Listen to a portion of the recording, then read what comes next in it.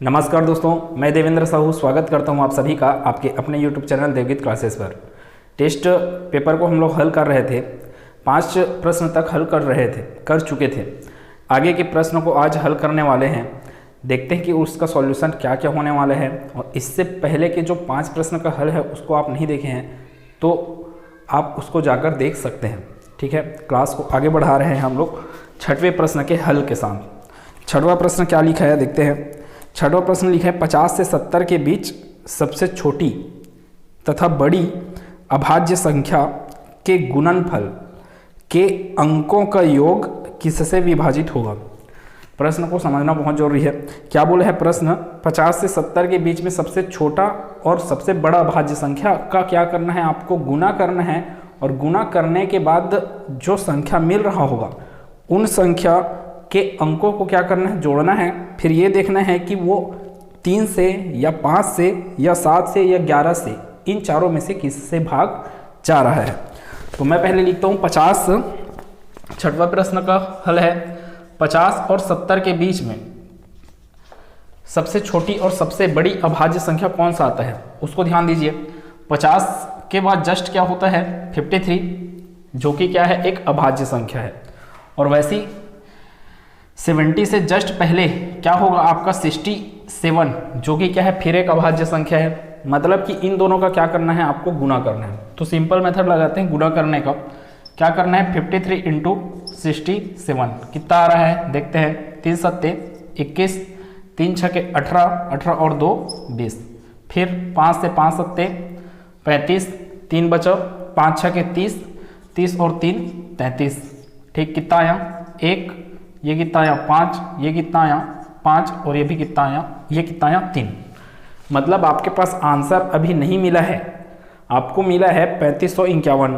3551 क्या है, सबसे छोटी और बड़ी किसके बीच, 50 और 70 के बीच सबसे छोटी और बड़ी अभाज्य संख्या का गुणनफल, इनके अंकों का योग बोला है। तो पहले इनको जोड़ा जाए, कितना आ रहा है 3 5 8, 8 5 13, 13 और 1 14। अब ये देखिए कि जो 14 आया है वो किससे भाग जाता है। 3 से तो भाग नहीं जाएगा, 5 से भाग नहीं जाएगा, किससे भाग जाएगा, 7 से भाग जाएगा। तो इस प्रश्न का आंसर क्या होगा, ऑप्शन नंबर सी प्रश्न का उत्तर होगा। आगे और चलते हैं, 7वें नंबर का प्रश्न देखते हैं। 7वां नंबर का प्रश्न क्या बोला, एक लड़के को एक संख्या को 53 से गुना करने के लिए कहा गया, वह गलती से उसे किससे गुना कर दिया, 35 से गुना किया और उसका जवाब सही जवाब से कितना कम आया, 1206 कम हुआ। प्रश्न को समझेंगे और पूछ रहा है कि वह संख्या क्या है। मैं मान लिया कि वह संख्या क्या है, n। ठीक है, वह संख्या क्या है, n। एक लड़के को एक संख्या को किससे गुना करने को कहा गया था, 53 से। मतलब कि संख्या क्या मिलना चाहिए था आपको, 53n। n का वैल्यू निकालना है। फिर उसके बाद बोला 53n करने के बजाय वो क्या कर डाला, 35n कर डाला, 35n कर डाला। तो जो आंसर उसको मिलने वाला था उसके जगह जो आंसर मिला, तो दोनों आंसर का अंतर कितना है बोला, इसमें कितना कम हुआ है बोला, 1206। मतलब कि इन लोगों का माइनस कितना आने वाला है, 1206 आने वाला है। तो देखते हैं कितना आया है यहाँ पे।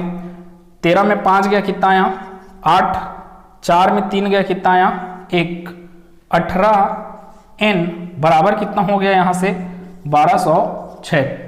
ठीक है, यहाँ से आप क्या कर लीजिए, n का वैल्यू निकाल लीजिए। n का वैल्यू कितना हो गया, 1206 भागित 18। ठीक है, फिर यहाँ से जैसे कि इसको भाग दे दो किससे, 6 से। अगर पहाड़ा आपको याद नहीं है, 18 पहाड़ा याद है तो डायरेक्ट इसको भाग दिया जा सकता है। किससे भाग दे दे, 6 × 18, ये कितना हो गया 6 दूनी 12, 6 शून्य 0, 6 एकम 6। फिर से भाग दीजिए 3 से, 3 एकम 3, कितने बार में गया, 3 छके 18, 2 बच गया, 2 और 1 21, 3 सत्ते 21। मतलब कि वह संख्या क्या है, 67 है, जिसको 53 से गुना करना था उसको, लेकिन उसने किससे गुना कर डाला, 35 से गुना कर डाला, जिसके कारण आंसर जो आना चाहिए था उससे कितना कम आया, 1206 कम आया है। आठवां प्रश्न क्या बोला, प्रश्न आठवां, दो संख्याओं में अंतर कितने का है 14 का तथा उनका योग कितना है 20 है, उनका गुणनफल क्या होगा। देखिए इस प्रकार का प्रश्न हमेशा आपको 14, एक संख्या क्या दो संख्याएं बोला, तो एक संख्या हमेशा क्या होगा 14 से बड़ा और 20 से छोटा, मतलब 14 और 20 के बीच का होगा। ठीक है, तो इसको जैसे कि मैं मान लिया बेसिक मेथड अगर बनाने बैठूं तो मैं मान लिया x plus y equals to क्या हो, अंतर बोले ना पहले, तो x minus y equals to क्या हो जाएगा 14। माना कि वे संख्याएं क्या है x और y है, बेसिक बता रहा हूं, या तो डायरेक्ट अप्रोच यहां से कर सकते हो आगे। ठीक है, फिर ये इसका योग बोला, योग कितना है 20।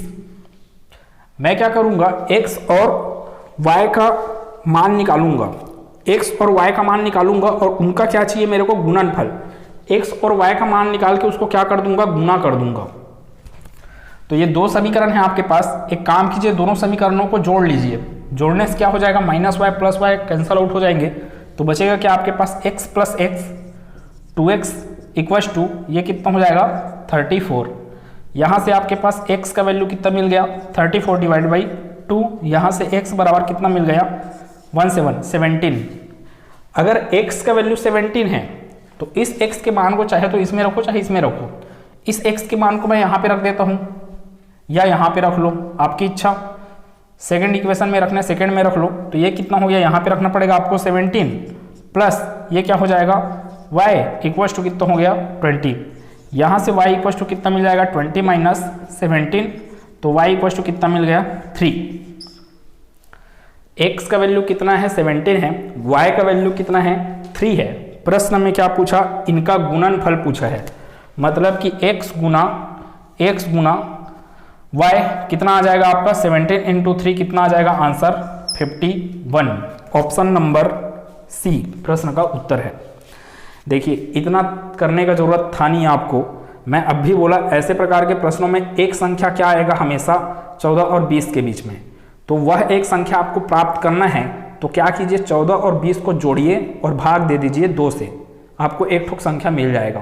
क्या बोले 14 और 20 को मैं जोड़ा कितना मिल गया 34 मिल गया, 34 को किससे भाग दे दिया मैं 2 से भाग दे दिया, तो कितना मिल जाएगा 17, मतलब एक संख्या मिला आपको 17। उस एक संख्या से दूसरी संख्या को घटाने से कितना मिल रहा है आपको 14, तो सिंपल सी बात है 17 में से 3 को ही घटाओगे तभी तो मिलेगा 14, अर्थात दूसरा संख्या क्या हो गया 3 हो गया।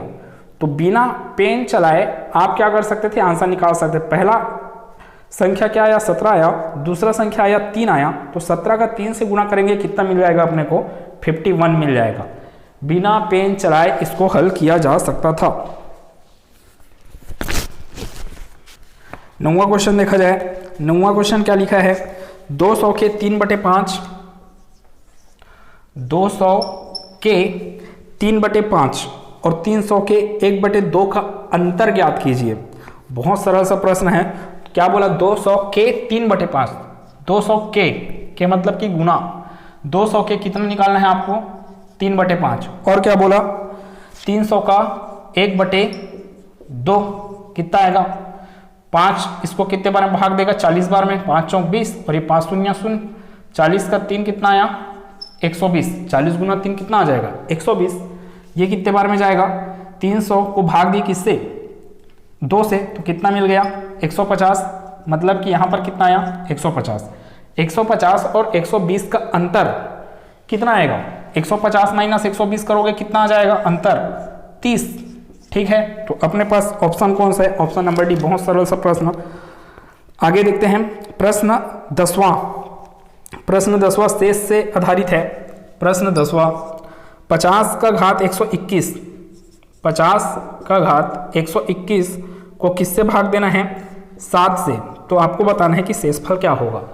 अब ऐसे प्रश्नों में डायरेक्ट आप किसको भाग देते हो 50 को भाग देते हो, और मेरे को शेषफल से मतलब रहेगा ना, क्योंकि क्वेश्चन क्या बोला है शेषफल पे आधारित है क्वेश्चन।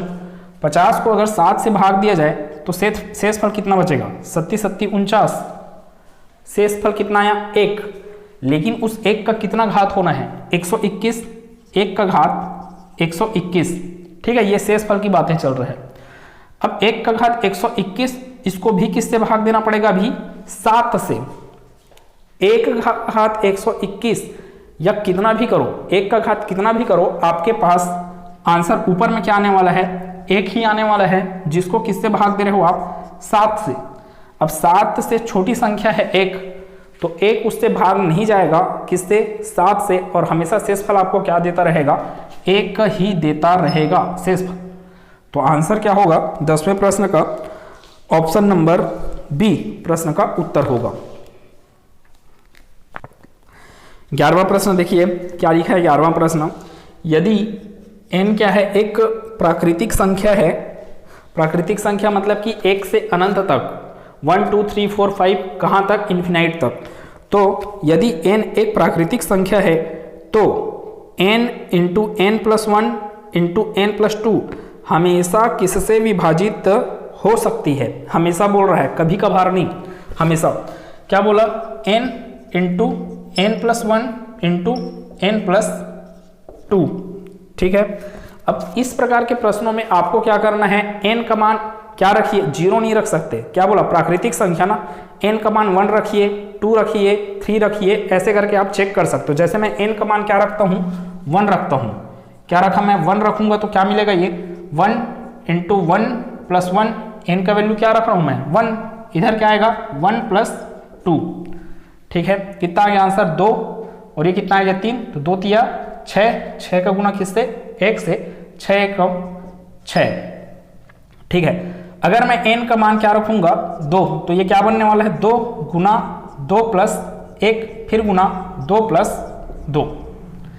कितना आएगा आंसर? 2 प्लस 2 4, 2 प्लस 1 3, तो 3 चौक 12, 12 दूनी 24। कितना आ गया? 24। फिर है 3, 3 से किया जाए कितना आएगा? 3, n का मान 3 ना, तो 3 प्लस 1, फिर 3 प्लस 2, 3 और 1 4, 3 और 2 5, 4 पंचे 20। ठीक है। 3 और 1 4, 3 और 2 5, तो 5 और कितना हो गया? 20। 20 का गुना किए 3 से, तो 20 तिया 60। ऐसी करके आगे बढ़ सकते हो। तो अब आप ये देखिए 6 24 60 दिए गए ऑप्शन में किससे विभाजित होता है? हमेशा। अब यहां पर ऑप्शन क्या है आपके पास? A option 4। 4 तो इस 6 को ही विभाजित नहीं कर सकता, तो वो ऑप्शन खत्म है। 5 क्या है? 60 को तो विभाजित करेगा, लेकिन इन दोनों को विभाजित नहीं कर सकता, हमेशा विभाजित करना चाहिए बोल रहे हैं ना, तो 5 भी ऑप्शन से गायब। सी को देखेंगे 6 को, तो 6 क्या करेगा? n का मान 1 रखोगे तो जो वैल्यू मिलेगा उसको भी विभाजित करेगा। n का मान 2 रखोगे तो जो वैल्यू मिलेगा उसको भी विभाजित करेगा। n का मान 3 रखो, 4 रखो, 5 रखो, आप देख लेना आगे और बढ़ा के, हमेशा वो किससे विभाजित हो रहा है? 6 से पूर्ण रूप से विभाजित होगा। तो ये एक अच्छा क्वेश्चन था, जहां पे आपको हमेशा क्या करना पड़ता है? n का मान 1 2 3 ऐसा रख कर चेक करना पड़ता है। ठीक है। आगे बढ़ा जाए। आगे क्या लिखा है? 36 का घात, प्रश्न 12, 36 का घात 54, 36 का घात 54 गुना 27 का घात 24 गुना 28 का घात 3। 36 का घात 54 है, गुना 27 का घात 24 है, गुना 28 का घात 3। इसमें आपको बताना है कि इकाई का अंक क्या होगा। बोलने का मतलब कि इतना हल होने के बाद आप तो नहीं कर सकते इसको हल, ठीक है, यहाँ तक कि कैलकुलेटर भी जवाब नहीं देगा, लेकिन जो भी आंसर आएगा इकाई का अंक क्या होगा उसी को आपको बताना है। इकाई का अंक क्या होगा, तो इसके लिए मेथड होता है। मेथड में इकाई अंक का कॉन्सेप्ट क्या बोलता है? कोई भी संख्या जिसका इकाई का अंक क्या है? 6 है, उस संख्या का कितना भी घात दे दिया रहे, आंसर जो भी आए उसमें इकाई अंक क्या आएगा? आपके पास 6 ही आएगा। मतलब कि यहाँ पे 36 के घात 54 को अगर हल करने बैठे आप, तो जो भी आंसर आए इकाई का अंक क्या मिलने वाला है? आपको 6 मिलने वाला है। जबकि यहाँ पे देखेंगे 27 के लिए पिछले के क्लास में ही बताया कि 27 का जो साइकिल है उसमें 7 को ध्यान दिए, 7 को आप कितने बार गुना किए थे? 4 बार गुना किए थे, तो इकाई का अंक क्या मिल गया? 1। मतलब कि मैं 27 को तोड़ूंगा किस रूप में? 4 के घात के रूप में। तो 4 के घात के रूप में तोड़ूंगा तो क्या होगा? ये 27 का घात 4 और इस पूरे का भी घात कितना? 6। क्यों ऐसे किए? क्योंकि 27 का घात 4 से मतलब नहीं है आपको मतलब है 7 के घात 4 से। 7 का घात 4 मतलब 7 का 4 बार गुना, जो कि आपको इकाई अंक क्या देने वाला है, 1 देने वाला है। अब इकाई अंक 1 आ गया तो 1 का घात क्या हो जाएगा फिर 6। 1 का घात कितना भी करो आंसर क्या आएगा आपका 1 ही आएगा। इकाई अंक की बात कर रहे हैं। इधर वैसे ही कर लेते हैं। अच्छा ये क्या है 28 का घात 3। 28 के घात 3 को हटाइए, आपको मतलब होना चाहिए किससे, 8 के घात 3 से। किससे मतलब होना चाहिए बोला, 8 के घात 3 से मतलब होना चाहिए। आगे बढ़ते हैं। ये क्या हो गया, इकाई का अंक कितना आया है 6। इसमें 7 का घात 4, 7 का घात 4 आपको इकाई का अंक दिया 1, और 1 का भी घात 6, तो इकाई अंक हमेशा क्या मिलने वाला है 1, इसको हल करने से। जबकि इधर 8 का घात 3, 8 को 3 बार गुना कीजिए, 8 8 64, फिर आ गया 4, फिर 8 के साथ गुना कीजिए, 8 4 32, तो फिर इकाई का अंक कितना मिला है यहाँ पे 2। अब सभी इकाई के अंक का क्या कर दीजिए, गुना कर दीजिए, 2 एकम 2, 2 छके 12, तो जो भी आंसर आए 12 बोले ना, 12 में इकाई का अंक क्या दिख रहा है 2। जो भी आंसर आए इकाई का अंक क्या रहेगा 2 रहेगा। किसका, इसका जो भी आंसर आए इकाई का अंक क्या मिलने वाला है आपको 2 मिलने वाला है। तो ऑप्शन नंबर सी इस प्रश्न के लिए सही उत्तर होगा। प्रश्न 13 को देखिएगा। संख्या क्या है 7 का घात 256, 7 का घात 256 माइनस क्या लिखा 4 का घात 256 में इकाई का अंक क्या होगा। फिर आ गया इकाई के अंक का कॉन्सेप्ट। तो यहां पर फिर देखिए 7 आया, 7 के साइकिल में हमेशा क्या करते हो, घात को किसके रूप में तोड़ते हो, 4 के गुणज के रूप में, या अर्थात क्या कीजिए इस 256 को किससे भाग दे दीजिए 4 से। 4 से भाग दूंगा तो ये क्या होने वाला है 7 का घात 4, मतलब 4 में क्या गुना करना है ये पता चल जाएगा। 256 को तोड़ना है तो 4 छके 24, 1 बच गया, 1 और 6 16, 4 4 16, मतलब 256 को किस रूप में तोड़ा जा सकता है 4 गुना 64। घात के ऊपर घात क्या होते हैं गुना, इसलिए मैं यहाँ पे क्या बोल रहा हूँ 4 गुना 64 करके। तो 7 के घात 256 को मैं तोड़ लिया किसमें 7 के घात 4 और उसके भी घात 64 के रूप में। फिर माइनस यहाँ पे क्या दिख रहा है 4 का जब साइकिल आया तो 4 का साइकिल को हमेशा किसमें तोड़ना है 2 घात 2 के रूप में। क्यों बोल रहे हैं 4 गुना 4 को कितना मिल जाएगा 16, 16 में इकाई का अंक क्या मिल गया 6। फिर ये कॉन्सेप्ट 6 का कितना भी घात करो क्या मिलने वाला है आपको 6 ही मिलने वाला है, इसलिए मैं इसको किस रूप में तोड़ूंगा 4 का घात 2। अब 2 से तोड़ा मतलब इस 256 को क्या कर दो 2 से भाग दे दो, 2 एकम 2, 2 दूनी 4, फिर 2 अट्ठे 16। 256 कैसे टूट सकता है 2 गुना 128 में टूट सकता है। ठीक है, ये आपको इकाई का अंक क्या देगा 7 का घात 4, इकाई का अंक क्या देगा 1। कोई भी आंसर है मतलब नहीं मेरे को मतलब है इसके इकाई अंक से 1। अब इसका भी घात क्या चल रहा है 64, बीच में क्या है माइनस, इसका इकाई अंक क्या आ जाएगा 6, 4 का घात 2 16, 16 का इकाई अंक क्या है 6। 16 से मतलब नहीं, इकाई अंक 6 से मतलब, 6 का घात कितना 128। अब बोले 1 का घात कितना भी रहे कोई मतलब नहीं, इकाई अंक क्या आने वाला है 1 आने वाला है माइनस। 6 का घात कितना भी रहे कोई मतलब नहीं, क्या आने वाला है इकाई का अंक 6 ही आने वाला है। अब देखो आपको क्या समझ में आया, यहाँ से 1 में से माइनस करना है किसको 6 को। एक्चुअल में ये 1 नहीं है, ठीक है, बड़े से हमेशा छोटा माइनस जाएगा, लेकिन यहाँ पे क्या कर दिया छोटे माइनस बड़ा कर दिया है, तो ये छोटा नहीं है, ये क्या करेगा पीछे से उधारी मांगेगा। 1 क्या बन जाएगा फिर 11 बन जाएगा। ठीक है, तो 11 में किसको घटाना पड़ेगा फिर आपको 6। अगर ये छोटा है तो पीछे से उधारी मांगेगा, जो आपको नहीं दिख रहा है अंक उस अंक से क्या करेगा ये उधारी मांगेगा। तो 11 माइनस 6 कितना हो जाएगा आपका आंसर 5। तो इकाई का अंक क्या आएगा 7 के घात 256 माइनस 4 के घात 256 का इकाई अंक क्या आएगा ऑप्शन नंबर सी 5। ठीक है, फिलहाल इतने तक ही सॉल्यूशन, स्टोरेज प्रॉब्लम के कारण लंबा नहीं हो पाता है क्लास, तो पार्ट वाइज में पूरा सॉल्यूशन आने वाला है हर दिन। ठीक है, मिलते हैं अगले क्लास में जहां हम इसके आगे के प्रश्नों का हल देखेंगे। क्लास कैसा लगा कमेंट सेक्शन में बता दीजिएगा। अच्छा लगा तो चैनल को सब्सक्राइब नहीं किए हैं तो सब्सक्राइब कर लेना। अगले वीडियो के नोटिफिकेशन के लिए नोटिफिकेशन को ऑन करके रखे रहना। मिलते हैं अगले क्लास में। खुश रहिए, मस्त रहिए। धन्यवाद।